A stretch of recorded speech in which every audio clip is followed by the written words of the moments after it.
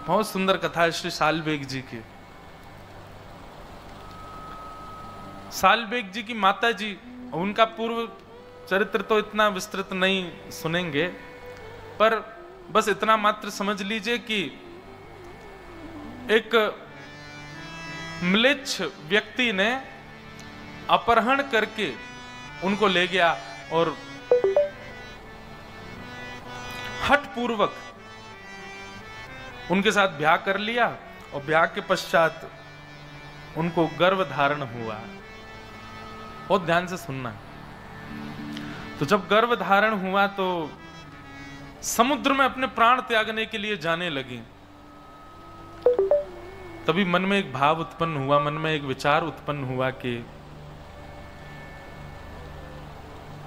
इसने क्या बिगाड़ा किसी का, इसका क्या दोष, मैंने अपने जन्मों के, पूर्व जन्मों के पाप के कारण ये सब मैंने सहा, पर इस जीव की क्या गलती है, इसको मैं क्यों मार रही हूं।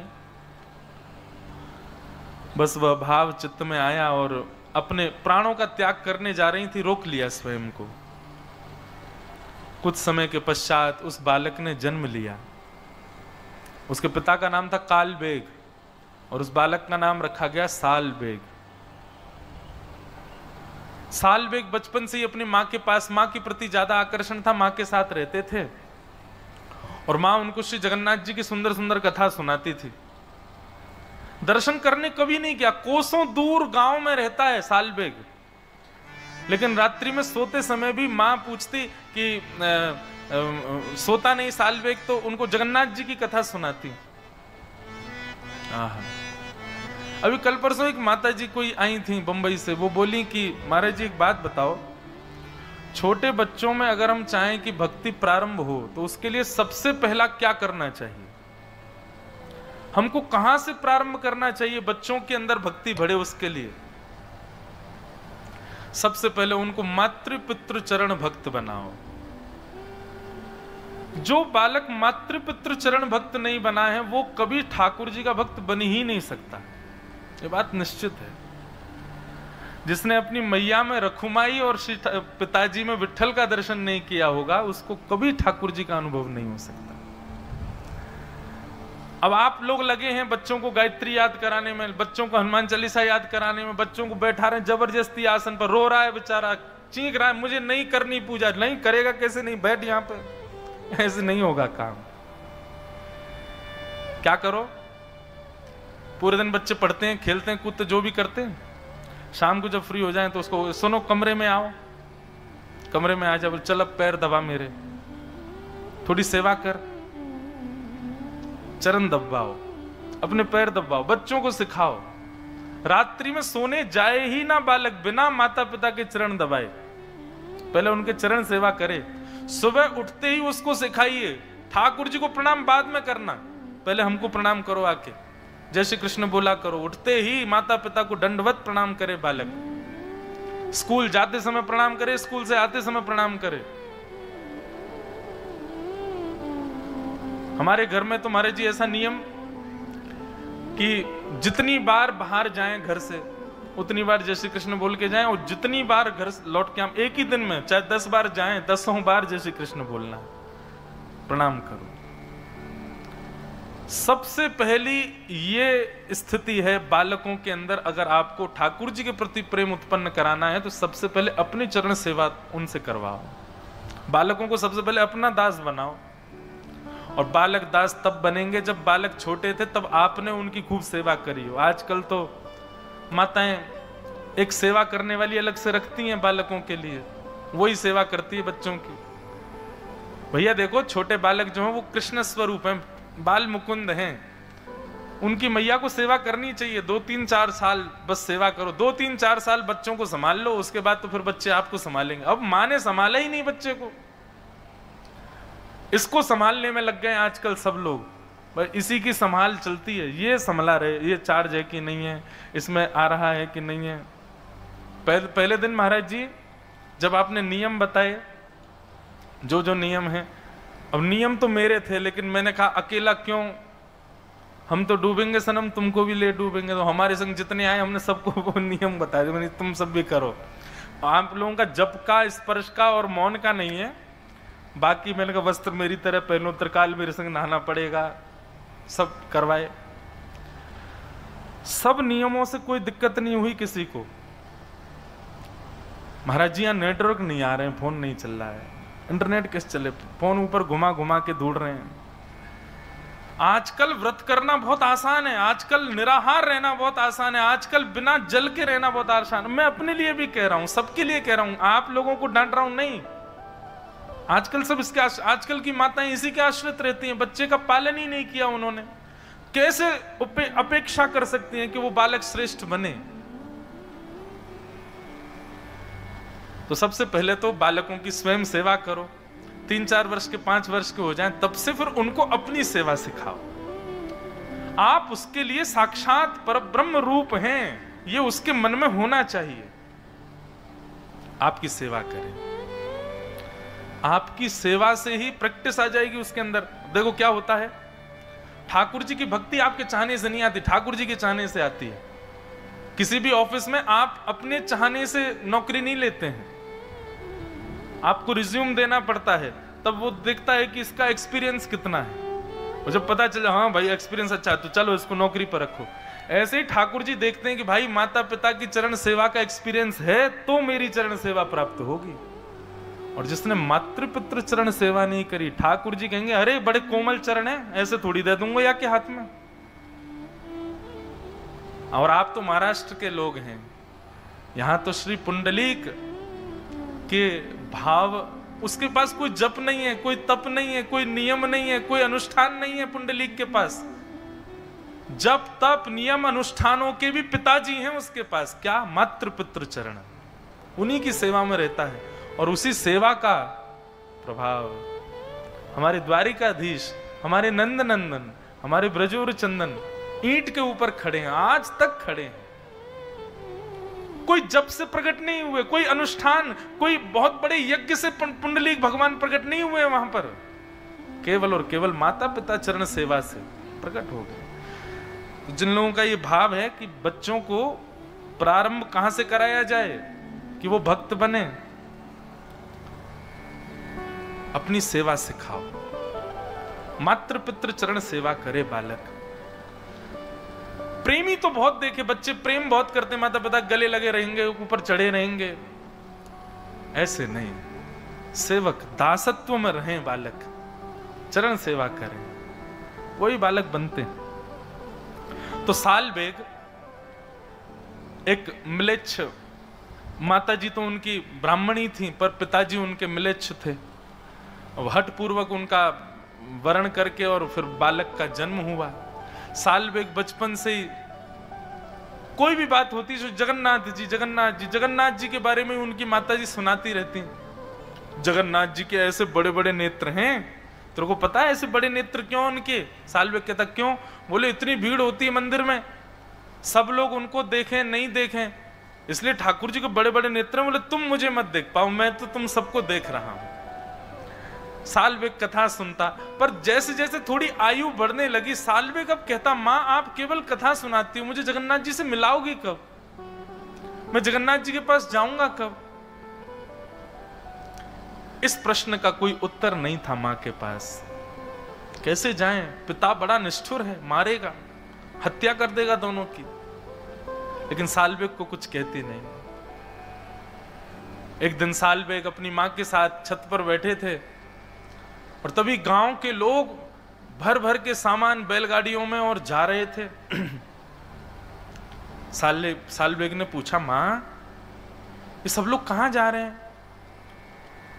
मां ने कहा अरे सुंदर तिथि आ रही है, श्री जगन्नाथ जी बलभद्र जी सुभद्रा जी तीनों रथ में आरूढ़ होंगे और श्री मंदिर से चल करके वह रथ 2-3 दिन का समय लगा करके और फिर गुंडीचा पहुंचेगा।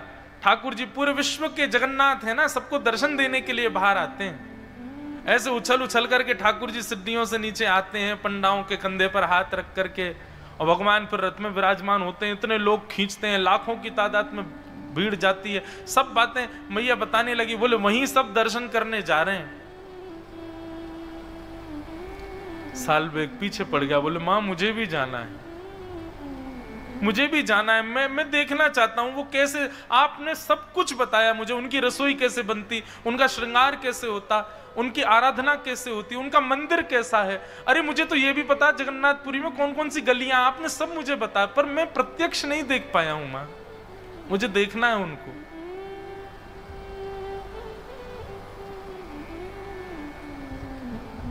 मां ने समझाया, बोले सालबेग मेरे चाहने से तो तू जगन्नाथ जी को नहीं देख पाएगा, अब तो तेरे पास एक ही उपाय है। बोले क्या?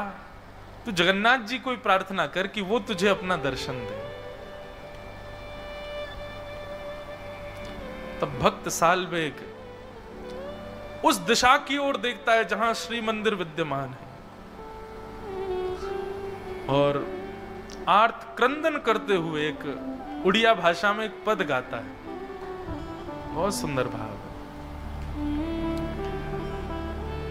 अहे नील शैल प्रबल मत्तावरण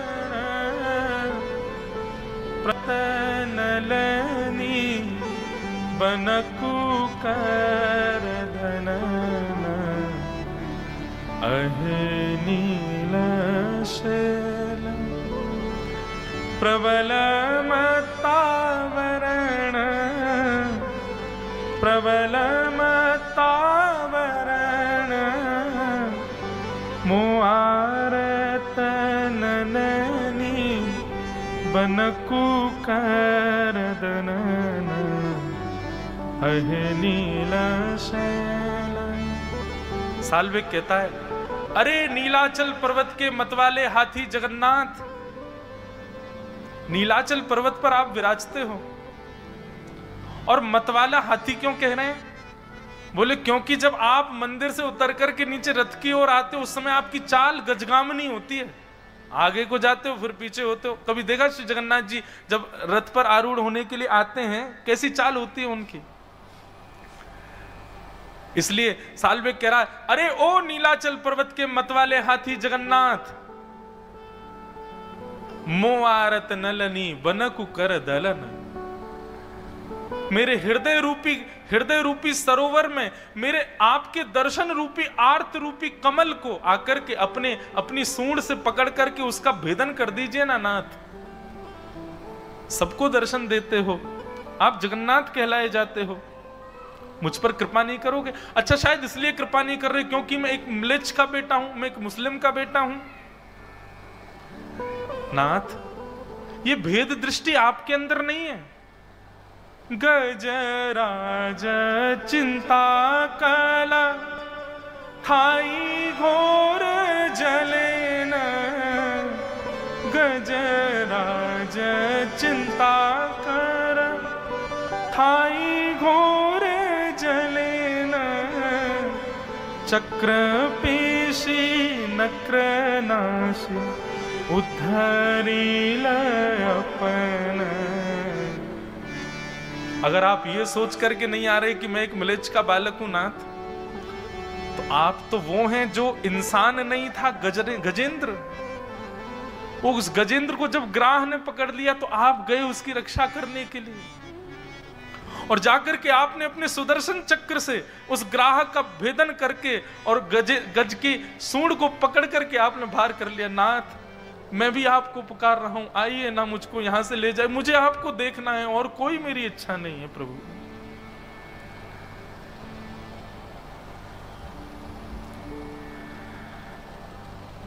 कहे सालबेग हीन जाति मुयवन। कहे सालबेग हीन जाति मुयवन। श्रीरंग चरण तल कर शनि जनन। अहे नील शैल प्रबल मत्तावरण। प्रबल मत्तावरण मुआरत नलनी बनकु कर ललन अहे नीला शैल। सालबेग तो अपने घर की छत पर खड़ा खड़ा गा रहा है, जिस दिशा में जगन्नाथपुरी है उस दिशा में देख करके गा रहा है। श्री जगन्नाथ जी सबसे ज्यादा प्रसन्न होते हैं 365 दिन में, उस दिन जिस दिन वो रथ पर विराजमान होते हैं। ठाकुर जी को बहुत सुख मिलता है उस दिन। जिन लोगों को मंदिर में प्रवेश तक वर्जित है, उन लोगों को दर्शन देने ठाकुर जी आ जाते हैं बाहर। पर ब्रह्म परमात्मा जगदीश्वर जगन्नाथ पूरे ब्रह्मांड के नायक कितने सरल सहजता में आ जाते हैं सबको दर्शन देने। लेकिन आज जगन्नाथ जी प्रसन्न नहीं है। बलभद्र जी का रथ चल दिया, सुभद्रा जी का रथ चलने लगा, और जैसे ही नंदी घोष रथ का नाम है, भगवान श्री जगन्नाथ जी के रथ का नाम है नंदी घोष, लाखों लोगों ने जैसे ही रस्सी पकड़ करके उस रथ को खींचना प्रारंभ किया, रथ एक पत्थर के भांति स्तब्ध हो गया। सब पुजारी चरणों में गिर गए, घुटनों पर बैठ गए, बोले महाप्रभु कृपा करो, क्या अपराध बन गया हम लोगों से, आज आपका रथ क्यों नहीं चल रहा है। राजा ने जाकर के विनती की, ठाकुर जी के चरणों में प्रणाम किया। भगवान आज भी जगन्नाथपुरी के राजा को अंदेशे देते हैं, स्वप्न देते हैं, भाव बता देते हैं, कोई भी इच्छा उनकी हृदय की होती है तो। राजा ने जाकर के प्रणाम किया, बोले महाप्रभु जी रथ आगे नहीं बढ़ रहा है, कोई अपराध बन गया हम लोगों से। महाप्रभु जगन्नाथ बोले आज रथ यात्रा में भीड़ नहीं आई मुझको देखने वाली। राजा बोले नाथ जहां तक दृष्टि जा रही है सिर ही सिर दिखाई दे रहे हैं, लाखों की तादाद में लोग हैं, आपको क्यों लग रहा है कोई नहीं आया। बोले पता नहीं, मुझे तो कोई दिख ही नहीं रहा है, बस बार बार कानों में एक ही ध्वनि आ रही है, अरे नीलाचल पर्वत के मतवाले हाथी मुझ पर कृपा करो। तब श्री जगन्नाथ जी कहते हैं मुझे आज कोई नहीं दिख रहा है, मुझको केवल एक मेरे वैष्णव की इच्छा है, जब तक वो नहीं आएगा मेरा रथ आगे नहीं बढ़ेगा। बोले कौन है। ठाकुर जी ने दिशा बताई, इस दिशा में इतनी कोस दूर पर एक गांव है, वहां पर एक मेरा सालबेग नाम का छोटा सा नन्हा सा बालक मेरा भक्त है, वो करुण क्रंदन करते हुए मुझे पुकार रहा है, उसको लेके आओ, जब तक नहीं आएगा मेरा रथ नहीं बढ़ेगा आगे।